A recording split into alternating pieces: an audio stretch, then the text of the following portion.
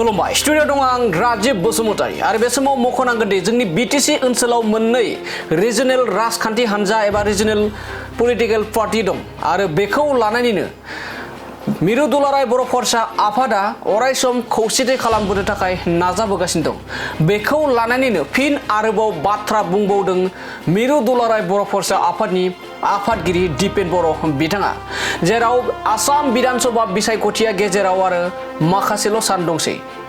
आरो बे समाव मख'बावनांगोन दि थांनाय बिटिसि काउन्सिल बिसायख'थियावबो मिरु दुलाराय बर' फरायसा आफादा जोंनि जा बर' हारिनि गेजेराव एबा जोंनि बिटिसि ओनसोलाव जा मोननै राजखान्थि दोलो दङ, जेरै बिपिएफ आरो इउपिपिएल, बे बिपिएफ आरो इउपिपिएलखौ बिटिसि काउन्सिल बिसायख'थियावबो जयै एबा ज' जानानै बिसायख'थि गेलेनांगौ होननानै गोबां खावलायबोदों आरो गोबां सावरायनायखौ बे समाव नोंथांमोना नुनो मोनबोगासिनो दं।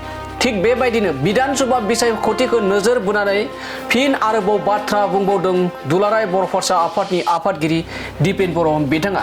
बिटिसि ओनसोलाव मोननैबो राजखान्थि हान्जाया खौसे जानानै खामानि मावोब्ला गोबां जोंनि ओनसोलाव जौगागोन, गोबां जोंनि ओनसोला जौगानायजों लोगोसे आवगायलांनो हागोन होननानै बे समाव मख'नानै बाथ्रा बुंदों दिपेन बर' बिथाङा। बेखायनो फैबाय थानाय समावबो इउपिपिएल आरो बिपिएफ राजखान्थि दोलोखौ ज' जानानै बिसायख'थि गेलेनायनि थाखाय खावलायहरदों मिरु दुलाराय बर' फरायसा आफादनि आफादगिरि दिपेन बर' बिथाङा।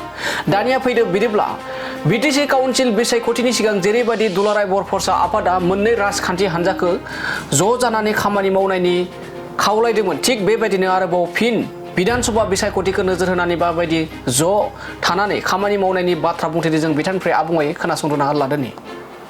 এটা আহ্বান এতিয়াও আছে যে বড়ো আঞ্চলিক দল বিটিআৰত বড়োলেণ্ডৰ 15টা সমষ্টি আছে, যিহেতু দুইটা দলো এতিয়া এনডিএৰ পাৰ্টনাৰ।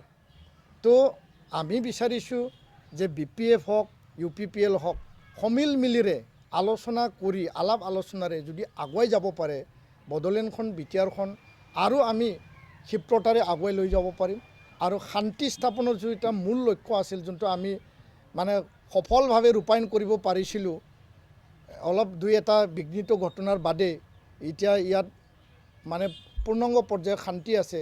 সেই শান্তি আৰু সমন্বয় আৰু ৰাইজৰ যি আকাংক্ষা, যি ৰাইজক যি এটা মানে তেওঁলোকৰ যিখিনি মানে সমস্যা, সেইটো সমাধান কৰিব পাৰিম বুলি আমি দৃঢ় বিশ্বাসী। ইয়াৰ কাৰণে ইউপিপিএল আৰু বিপিএফ এই মঞ্চৰ পৰা মানে তেওঁলোকে দুইটা দল যিহেতু এতিয়া এনডিএ পাৰ্টনাৰত আছে আৰু দুইটা বিটিআৰত বড়োলেণ্ডৰ আঞ্চলিক ৰাজনৈতিক দল, এই মঞ্চৰ পৰা পুনৰ আমি আহ্বান জনাইছোঁ যে সমিল মিলেৰে আলাপ আলোচনাৰে এটা ভাতৃত্ববোধৰ এটা সমন্বয়ৰে ৰাজনৈতিক পৰিৱেশ গঢ় দি পেলাই আগুৱাই যাব লাগে। এই কথা আলাপ আলোচনাৰ কাৰণে আহিব লাগে। আমি আকৌ পুনৰ তেওঁলোকক আহ্বান জনাইছোঁ।